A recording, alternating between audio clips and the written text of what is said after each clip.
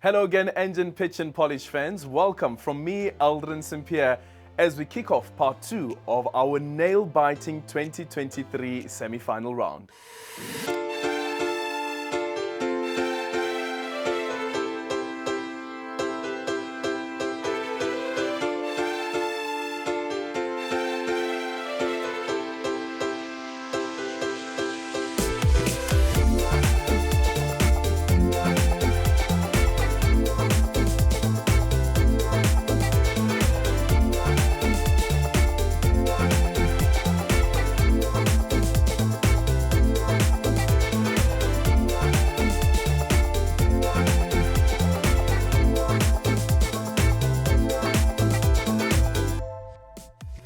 Last week, we saw two very strong pitches from Chireletso Mukate of Camping Retreats and Mzingisi Kyalingani of M Games. Will our last two semi-finalists give them a run for their money? Well, by the end of tonight's episode, we'll know. That first prize is getting closer and closer. 650,000 Rand in cash and a bursary with 350,000 Rand for a Race Corp business growth program. Our last 4 contestants can almost taste it. And I wouldn't be a very good host if I didn't take a moment to say thank you to our loyal and long-term sponsors. The first prize and runner-up prizes, not to mention the entire program, simply would not be possible without our title sponsor Engen Petroleum, our co-sponsor Nedbank, and our program organizer Race Corp. But now it's time to get going. First up tonight, it's Daniel van Zyl of Earthly Toothpaste from the Western Cape. I managed to catch up with him for a quick conversation about his big pitch. Daniel, you were the first person to pitch in the new season of Engen Pitch and Polish 2023. And now we've made it to the semi-final. How do you feel? Well, to be honest with you, I'm relieved. It's been an interesting journey, learned a lot. And yeah, I'm quite excited for the path forward. Yeah. See what it holds. Does it become more intense considering that you had those 2 rounds where there were the eliminations and the possibility of even eliminating you, but of course you've made it to the semi-finals now. Does it feel a bit more tense? Do you feel that added pressure, like that 650,000 Rand is this close? You ask very good questions. But I would say the first time I walked into front of the judges, that was very nerve-wracking.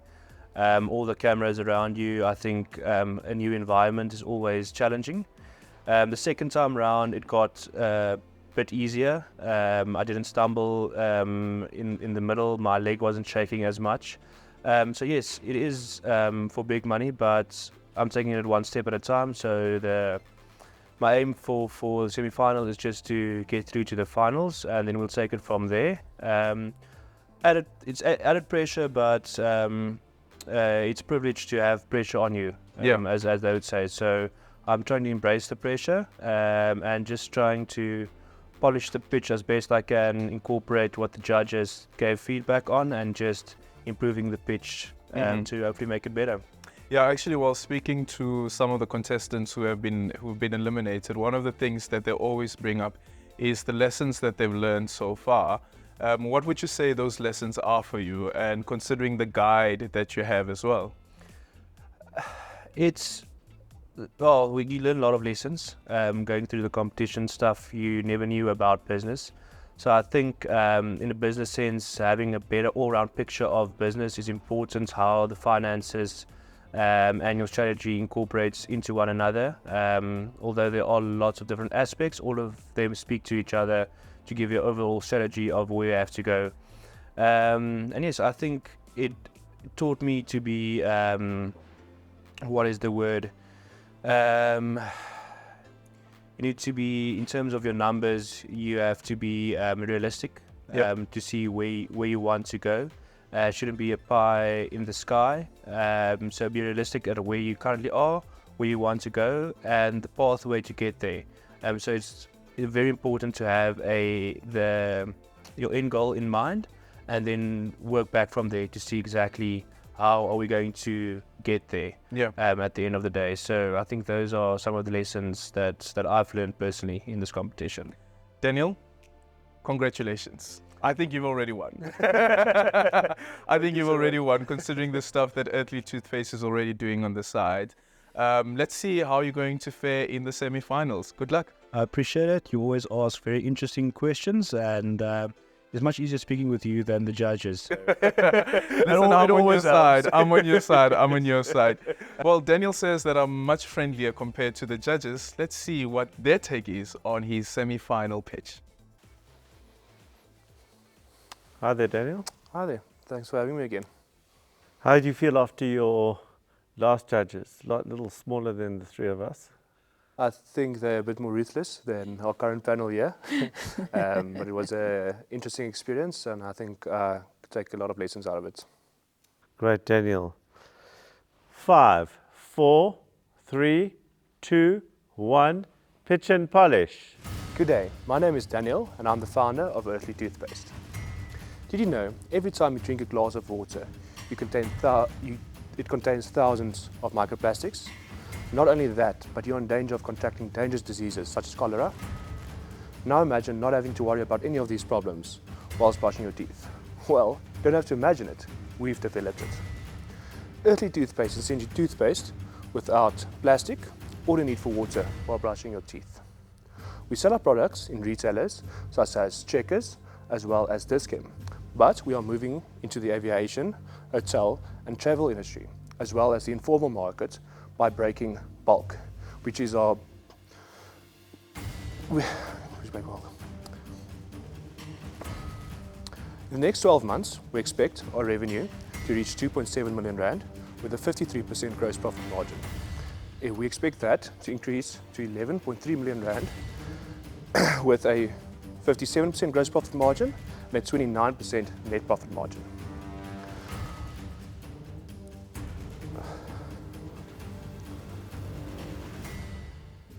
Our biggest competitive advantage is that we can produce any type of directly compressible tablet.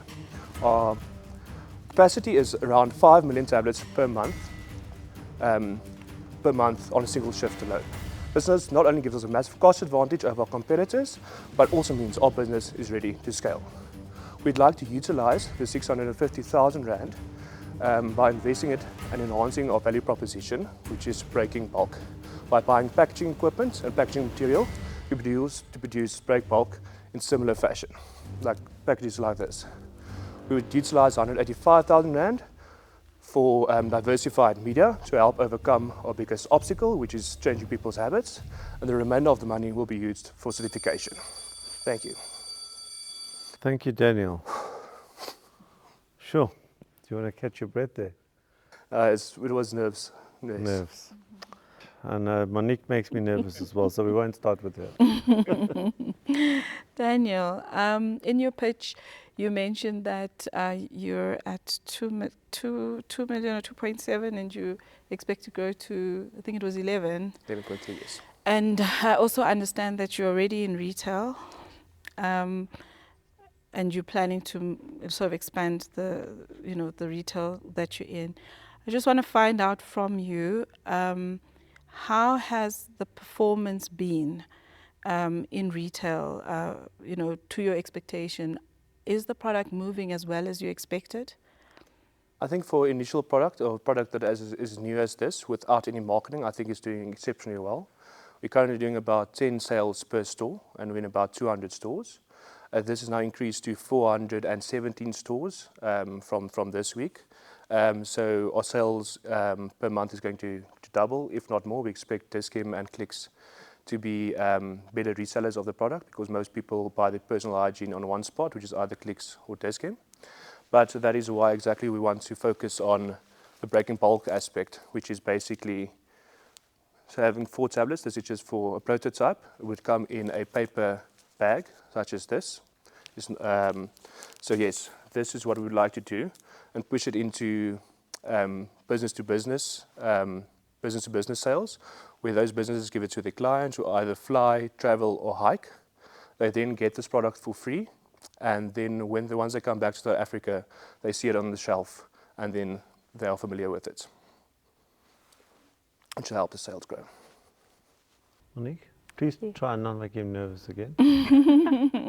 So the little packs that you're going to do, is it biodegradable? Yes.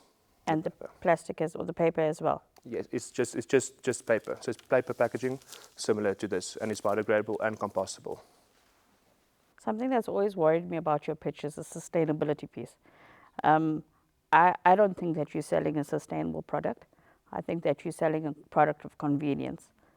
And so for me, the way that you've pitched how you're going to spend the money is not the right way.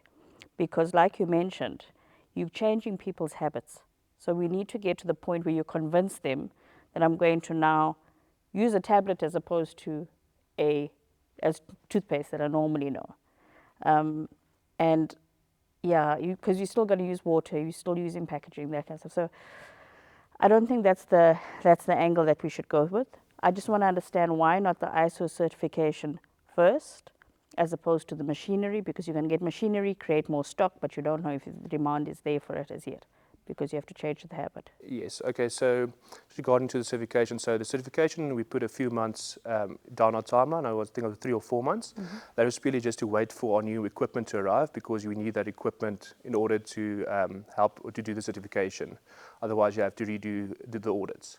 So that is why we're waiting 3 or 4 months just to get that equipment in there, and then you can start with the process of the certification. So that's the only reason why we're waiting 3 or 4 months to get the equipment, so we don't have to redo the audits. Okay. Okay.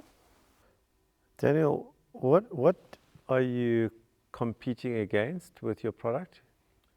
Currently, we're competing directly against toothpaste. What do you call your product? Earthly toothpaste. Why is it called toothpaste if it's not a paste? Well, we wanted to create, we didn't want there to be a name barrier between our product and general toothpaste. We want our customers to know this is no different to toothpaste. It's literally toothpaste without water and those ingredients pressed into a dry tablet. Yes, the method of using it may be different, but it is still toothpaste. Your deals into Dis-Chem, etc., what type of deals are they? In other words, are they sale or return deals? Are they, what's the, at a high level, what's the structure of the deal? Okay, so the deal with Dis-Chem is very similar to that of Checkers. We deliver the product and they basically pay us after 120 days after statement. And they do have a clause in there that if the product doesn't sell, they are allowed to return it. Okay.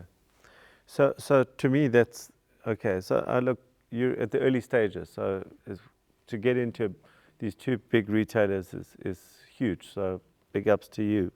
But I can't get a sense of your sell-through on the shelves. To get it on the shelves is one thing, to get it off the shelves is another.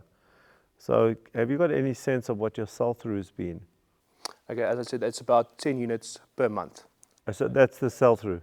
Yes, that is the sell-through, that is point of sales. That is not them ordering from us, that is point of sales tracked from their point of sales. And when you say point of sales, in a Dis-Chem, it's sitting on a shelf or it's sitting at point of sale, at cashier? Where's the product sitting? Currently it's sitting in between the toothpastes.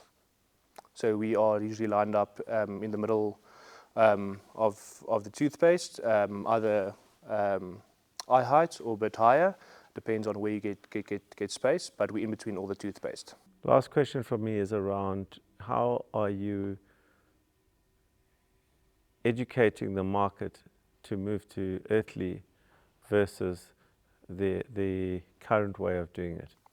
So currently our ideal would be to have very nice packaging such as the break bulk we want. No, I'm asking how you are doing it, not how you want to. Yes. So that is the ideal way. So because we don't have the equipment to do that, what we're currently doing is we're packaging it into smaller plastic baggies, which is not part of our vision, but that's the only way we can do it at this stage. So we're packaging that and we're putting it in one of these boxes without the glass inside of them, with a flyer, and we're trying to distribute as many of that as possible. We're trying to do about 10,000 of those a month to schools, to hiking events or running events, trying to get it out there for the people to actually try the product and not only see it on social media. Great. Daniel, Thank you. You may leave. Thank you so much. Why did you make him so nervous, man? Shame, he blame got the him. speed wobbles, I think, Yeah. shame. He just really got nervous. I guess it's a daunting Yeah. place to be in. But Yeah. I couldn't understand why this time. In the last couple of times, It's he's been been fine. great, Hmm. like really confident. And what happened today?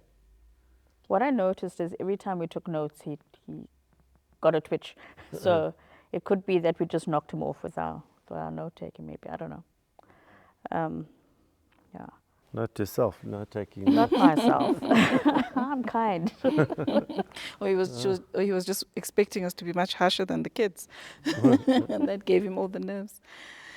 Yeah, I guess the thing with Daniel's business is how well this product is going to fly off the shelves for me, and I think to the point earlier, I think in the clarification with Monique, the focus of how he's going to spend his money to sort of drive that awareness, to make sure that people recognize the product for what it is and actually make that switch. So I think there's more that he needs to do there. I guess also on the flip side for me, I'm not sure how far he's gone with the B2B side of things. You know, he speaks about aviation, he speaks about corporates giving it to their employees when they're going. So I'm not sure how far that has gone for it now to be able to generate, you know, the kind of sales that he's looking to. Yeah. Was I right that he said 11 million in year 2? Yes, he did. Yeah. From it's 2 like to 2 or 2.7. Excel spreadsheets are beautiful things. Yeah, my biggest concern is how's he going to educate the market? And for me, the education is the biggest piece there is to it. You can't. Yeah. It's pointless bringing in machinery, stocking shelves, if the thing is going to sit on the shelf. Yeah. Yeah. You're right. Well, let's get scoring. Daniel, do you think that was a good pitch? It was very nerve-wracking. It was different to the kids or the kids judges. I've made 2 stumbles, which I'm not proud of, but at least I got through all the information I wanted to give through, so I at least could still portray all my information. So I think in that regard, it was still a good pitch, and I think I answered the answers reasonably. And I think you'd agree that the question about the sustainability of your product was a really tough one. Do you agree with Monique that your product is not sustainable? Compared to plastic tubes, which just aren't recycled at all. They are laminates, so most of them can't even be recycled. So this is definitely a much more sustainable alternative than our current way of just brushing our teeth. So don't agree fully, but I do understand the comments, so we'll take that into consideration. Daniel, your product really also challenges the way we brush our teeth. So you're asking here for a change in habit. And as Alon has put it, that it's going to require a lot of branding and also education. How are you going to go about that? Yes, I think it's our biggest one or hurdle we have to overcome is education, to changing people's habits from how they used to brush teeth to how we want them to brush teeth, which isn't that major of a change. But yes, I think our plan of getting business to business, getting the product into hotels and airlines, I think that is a very good strategy, and that will help drive the retail sales at the end of the day. And the fact that we are distributing lots and lots of samples, I think also helps with the education part of where people can actually use the product and see for themselves. It isn't that much different from toothpaste. Well done, Daniel, and let's see if you'll make it to the final round. Good job there, Daniel, and I'm not going to give you even a second to breathe before I ask our behind-the-scenes production elves to play my earlier pre-pitch catch-up with our last semi-finalist. Moses, you've made it to the semi-finals, yeah? Yes. How do you feel? Excited. Mm-hmm. Excited. Can you like smell the win? Can you already smell the big prize? Yeah, no, I can smell it. It's just few days before. Yeah. Yeah. So every time that you manage to make it past the elimination round, do you call your family members? Is there anyone that you speak to give them an update about how things went? I want to keep it as a surprise. Okay. Yeah, so of course my wife does know because she's the person that I always, but I don't tell the whole family. My wife knows what's happening every time I go to the next stage, because whenever you leave home coming here, you come with that fear that half of us is going to go back, and Yeah. you are not sure who's going back home.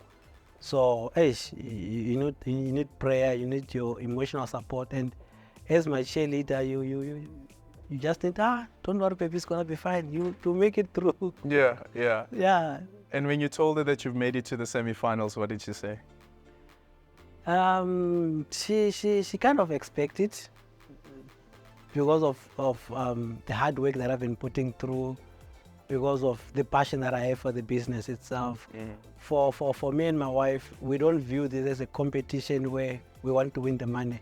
We take this as an opportunity to expose ourselves, because I think the first video that I did that got me into the program was I was asking for an opportunity for my voice to be heard out there as a West speaker. I said, guys, we've got a problem here at the global level. Help us to provide solution to this problem. So that's how we view it, and we are happy that we are going through each and every stage. People are getting to know us, people are getting to recognize us, that these guys are actually doing something towards the problem that we're facing. Yeah, it's quite an incredible, I think, initiative, and also how important it is to the conversation that's currently happening globally about the environment and about climate change, essentially. But for someone who's watching this, what would you tell them about the importance of recycling? So waste has got so many negative impacts to the environment where we're living in, and also to our health as well. So if we don't recycle, we're going to find ourselves in big trouble. Yeah. Moses, once again, thank you so much for your time. And I have to say that the Engen Pitch and Polish team have really come up with some great contestants. You are competing against 3 others. We don't know who will make it all the way up to the finals, but maybe your name will be there. And hopefully your wife will seal it with a kiss. Definitely. And let's see how Moses fares in the semi-finals. Ade Moses, how was your time with the kids as judges? Well, they taught me something that I've learned to understand, that at one point you need to sell your business to a point whereby even the young one can be able to understand you. And it was clearly evident that when I spoke of the steel cages, not everybody understands what the steel cages is. And when I spoke of my stock, not everybody knows what is the stock that I'm talking about. So, yes. Great. Well, that's the whole point of Engen Pitch and Polish, is that you learn to polish your pitch. And are you ready for your pitch? Yes, sir. 5, 4, 3, 2, 1. Pitch and polish. Good afternoon, judges. My name is Moses Kekan. I'm a West speaker and an environmental activist, a catalyst of change coming from a small town called Kronstadt in the Free State area. We are a buyback center that is fully compliant, and we are enjoying exclusive rights of supplying card boxes from Kronstadt to Free State, to Johannesburg, to one of the biggest mill in Johannesburg. We are part of 100 buyback centers globally that are using a digital payment platform called BankQ. Currently, there's a big problem in the world, a global problem of plastic pollution. So we are working hand in hand with the United Nations, trying to address the problem. One of the strategies that the United Nations is using is called zero waste to the landfill, where we as West speakers, we are engaging stakeholders, we are teaching them sorting at source as a means of minimizing the amount of waste that is going to the landfill. The statistics says, currently in the world, there is 3.4 billion waste that is going to be generated by 2050 worldwide. And there's 45 million jobs that are going to be created in the waste sector by the year 2030. South Africa alone is creating 12.7 million tons of municipalities of solid waste. And we are doing a number of social changes. We're going to school educating kids about the importance of recycling. We make money by selling processed waste from the waste pickers to the bigger refineries. And When we win the 650, we are going to create more jobs because currently we've got 12 employees. So having 650 is going to help us to add more jobs, and we are going to buy a bakkie, and we are going to have a safety file. In the first year of our trading, we are going to make 1.8 million with 66% GP and a 30% net profit with 74% return on investment. The second year, we are going to make 5 million with 64% GP and 30% net profits with 18% return on investment. Thank you. Thank you, Moses. All right. It's Buzzy. Thanks, Moses, and well done on getting to this point. You mentioned in your pitch that you work hand in hand with the United Nations. What does that really look like? What contribution are they making to your business? So we all know that plastic pollution is a global problem that's affecting all countries, everybody else. So what United Nations is doing, they are offering assistance to anybody who wants to be a service provider to the problem. So they give us systems of how do we record the waste that we are collecting, what else can we do to minimize the amount of waste that is going to the landfill. And whenever they're doing campaigns, they also forward them to us and says, we are doing a campaign called Beat Plastic Pollution in order to educate the community members, this is what you need to do. So we are seeing what they are doing, and we are replicating it local here in South Africa. So there's no financial incentive around that? At this stage, no. Okay. Thank you, Moses. I'll leave it at that. I'd like to extend on what Alon opened your segment with around the young judges that we had earlier. Called Green Kids, that's your target market. So it's going to be so important that you get to a point where you really, really explain to them what recycling is. But be that as it may, you mentioned in your pitch that you've got 12 permanent employees.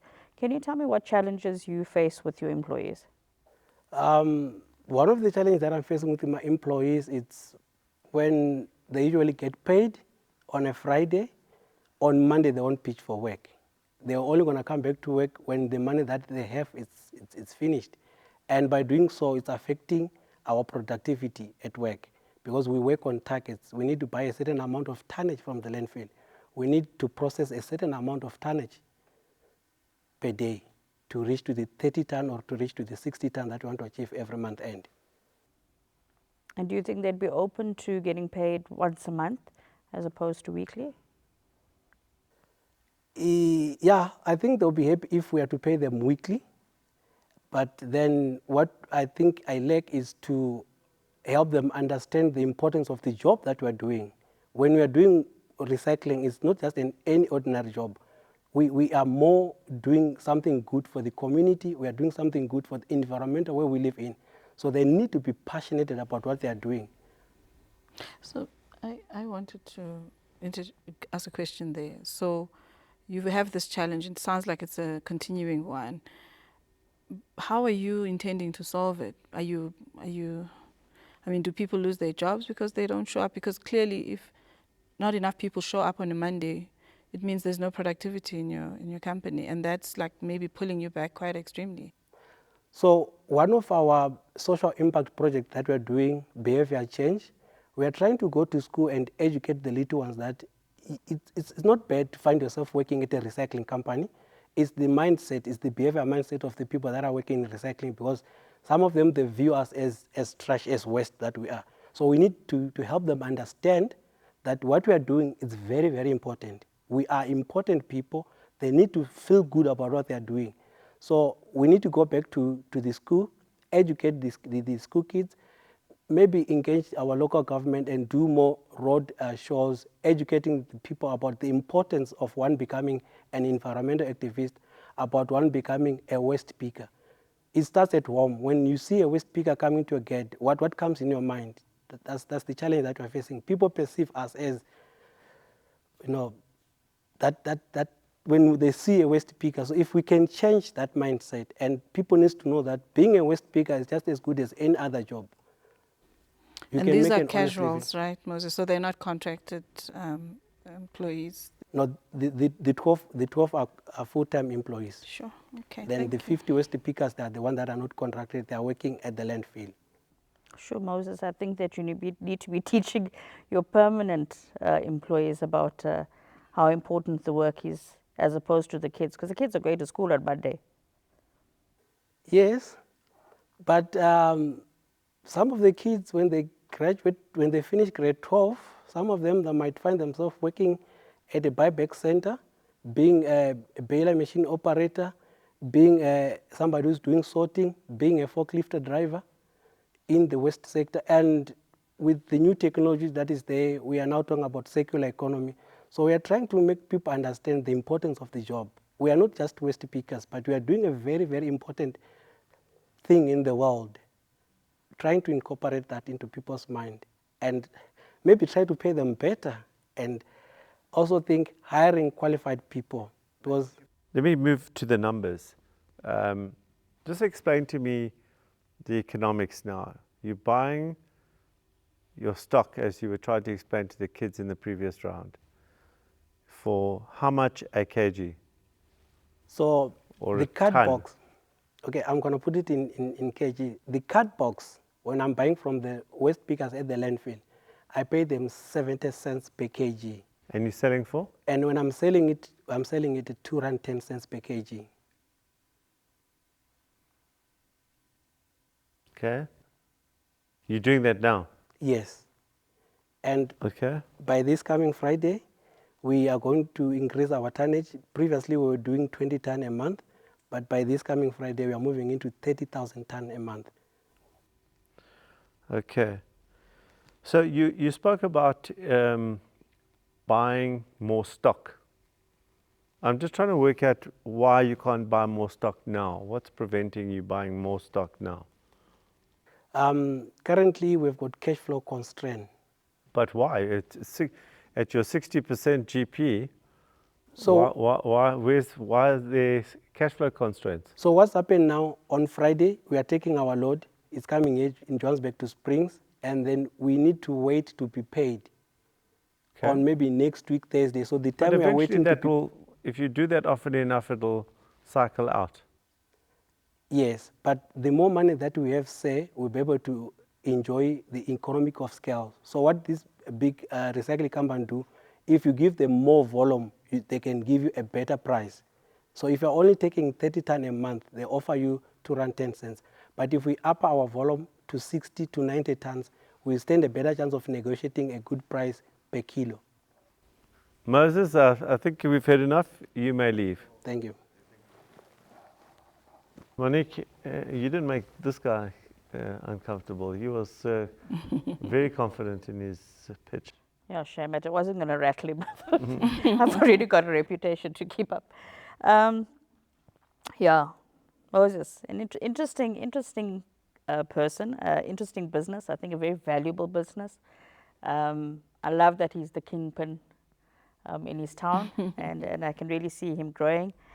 I am concerned about his staffing situation because, not only is his permanent staff not coming back to the office on a Monday, but also the way he's getting paid is that he said he only gets paid by the 20 days. collectors like the following week. Or No, 2 weeks. 120 days. 120 days. Yeah. Is it him that was 120 days? No, Yeah. Daniel. It was him.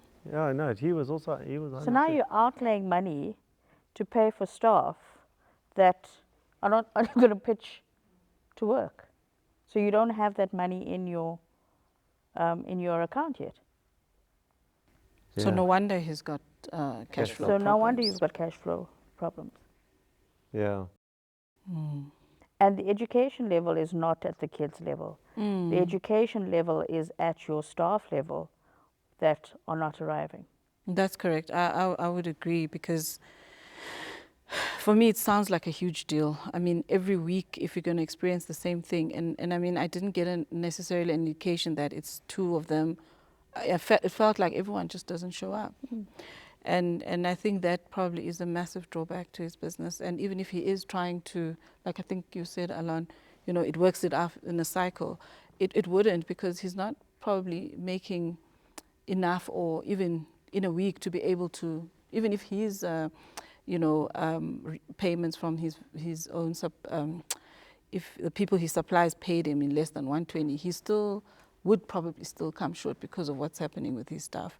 So, yeah, I definitely think it's something that he would have had to have looked at by now. And again, it goes back to the numbers question, because how close is he to those numbers to try and solve this problem? Because it then just threatens the sustainability of what he's doing. Yeah, because he's not getting that tonnage in that he needs. Yeah. Great, let's go to the scoring. Moses, how do you feel about today's pitch?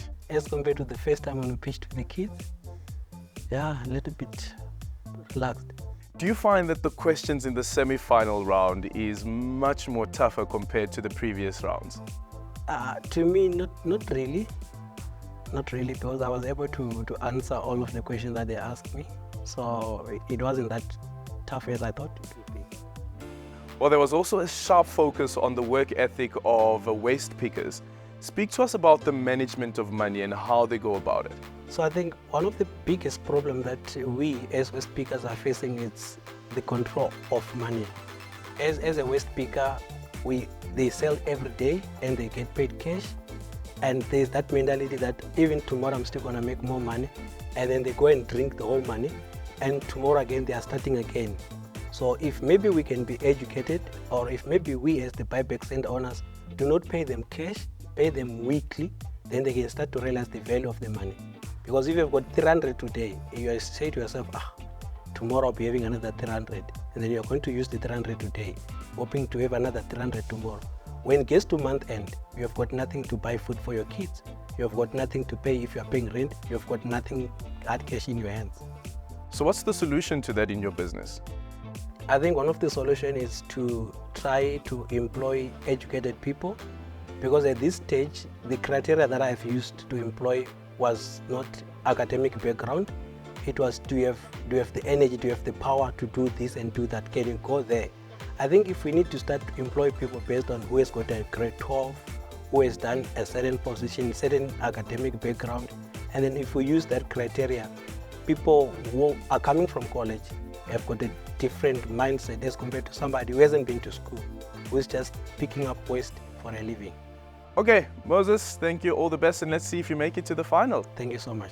Now it's time for the judges to earn their keep and decide who has pitched for the last time in the competition and who has made it through to the final. With the stakes this high and having got to know the contestants better over 3 rounds of the competition, I could not be more grateful that I'm not part of the judging panel. While they are mulling things over, I'd like to tell you more about how the judging works in the semi-final round, because it's not just about the pictures you see on the screen. Our 4 semi-finalists also had to submit financials and other supporting documentation, which the judges checked very carefully. These will carry a lot of weight in the decision tonight. What, you don't think that an investor or bank is just going to hand over a bunch of money without some red tape now, do you? Okay, and it seems like the waiting is over. Let's join our judges and our 4 semi-finalists now. Welcome, gentlemen. I feel a lot of prayer in the air. I see a lot of people looking up.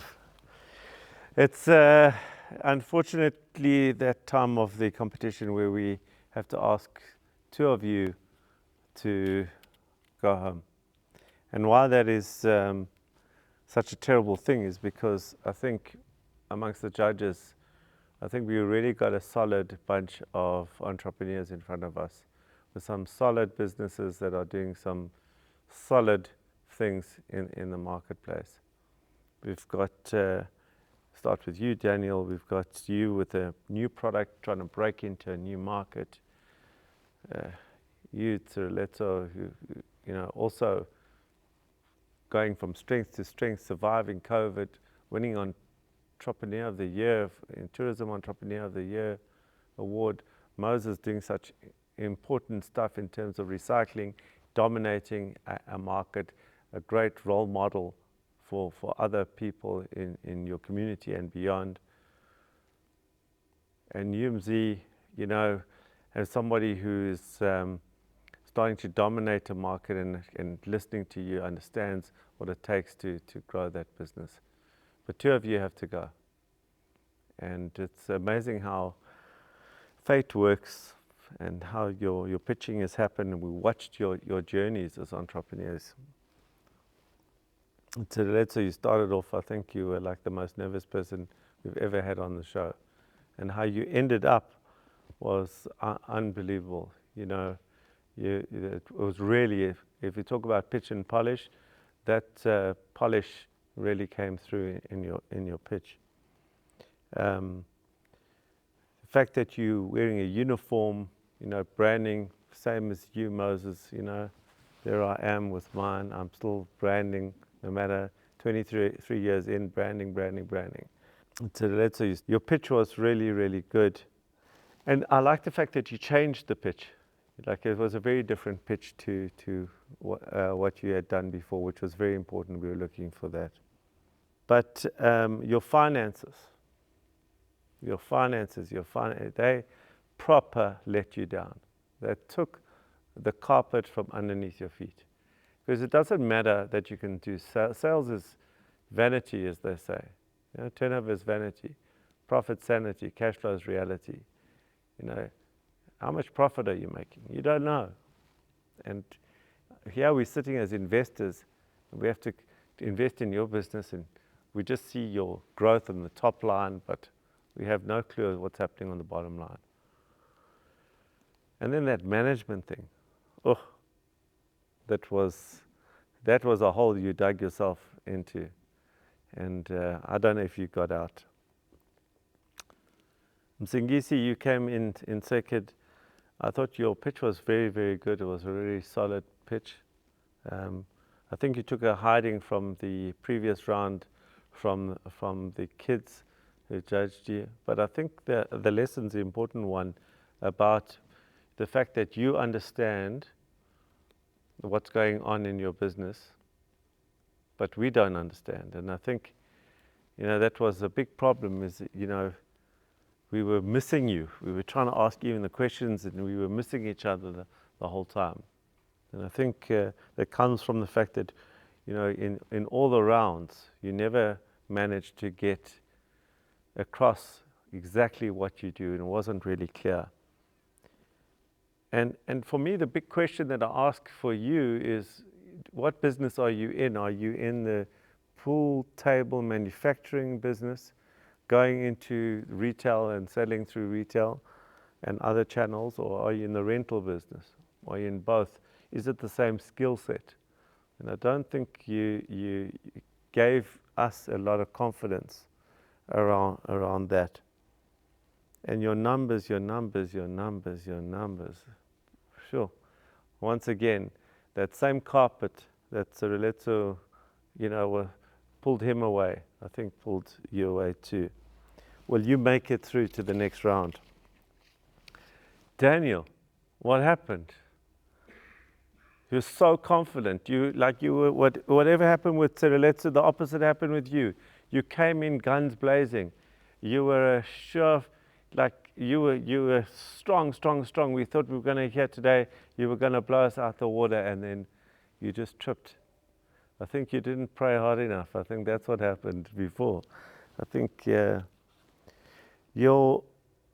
think you're a solid businessman. I think you understand what to do. I think what you've just chosen is very, very difficult to go and educate a brand new market, or a market on a brand new product and a way of doing things.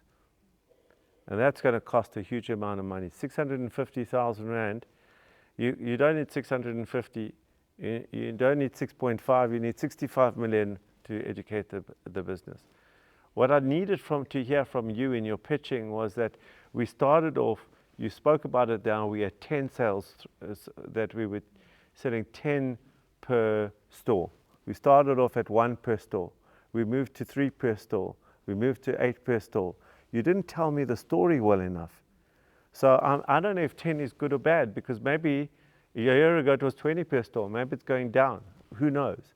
So you didn't give me enough information in that pitch as an investor. And then, you know, to me, I think in a weird way, the opposite happened.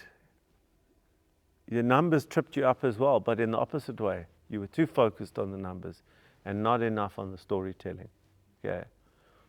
And I think, you know, Monique picked it up, and we've all been discussing it. I think that whole thing about you choosing this whole sustainability thing, it's the wrong horse to back, in my opinion. The whole thing here is about the fact that it's convenient and waste, and maybe, I don't know about the price point. You didn't mention that. Is it the same? Is it more? Is it less? If I convert to your product, I'm going to land up getting better value for money, worse value for money. What is the case? I think that was the better route to go if you're selling to an investor, is to how to educate a market. Because quite frankly, you know, I might be a nice guy, which maybe I am, maybe I'm not. Monique certainly, you know, she's tough. And she wants to know if she's going to give you 650, she's going to get a 3 million back. She's not interested in the microplastic particles in when she brushes her teeth. She wants to know that she's going to get a return. That was missing from you. And then Moses, I wrote you a marketer second to none. I think the show hasn't seen somebody who markets. You understand the market. You're a marketer.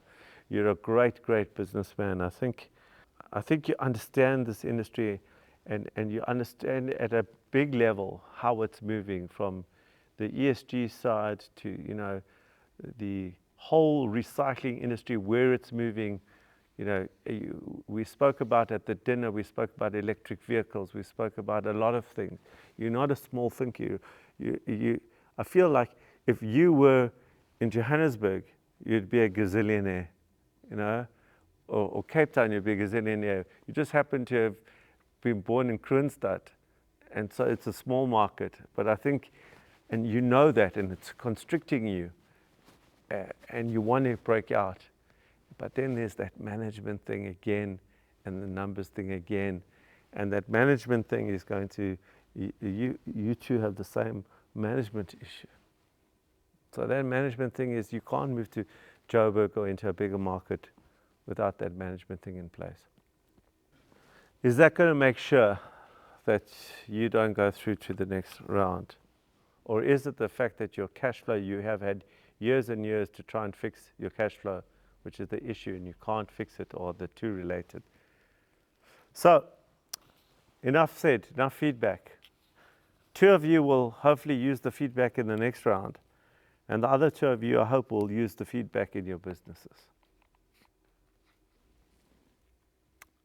So the first person that will be eliminated from this round is Daniel.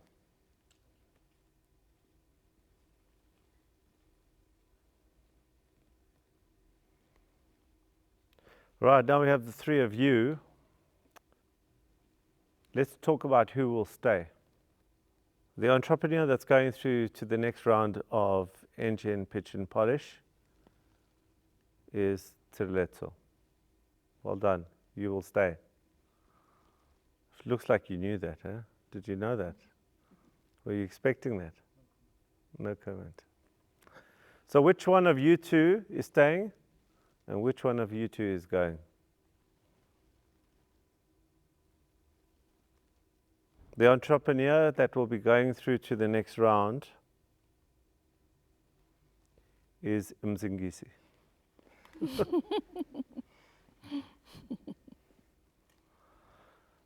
Well done to the both of you. Mzingisi, you didn't expect that, that's for sure. We know you didn't expect that. So gentlemen, there's a gap between the two of you. And you two think that it's going to be very easy, but it's not. You have got some incredible, incredible competition coming in the form of the wildcard. Let's introduce your new competition. Hello, finalists and judges. Meet AfroBodies, a biotechnology company that is helping scientists to make novel discoveries that will result in test and treatment for diseases. This is made possible via alpaca-designed antibodies we call AfroPods. An AfroPod is a molecule that is good at binding to things. I am Benedicta Durkin, co-founder and CEO of AfroBodies. I look after our business strategy, commercialization, and fundraising. Fun fact, our Afropods are 10,000 times more valuable than gold in weight. Finalists, I'm excited to be your 2023 wildcard. Buy Heard of Alpacas and I are coming to give you a run for that first prize.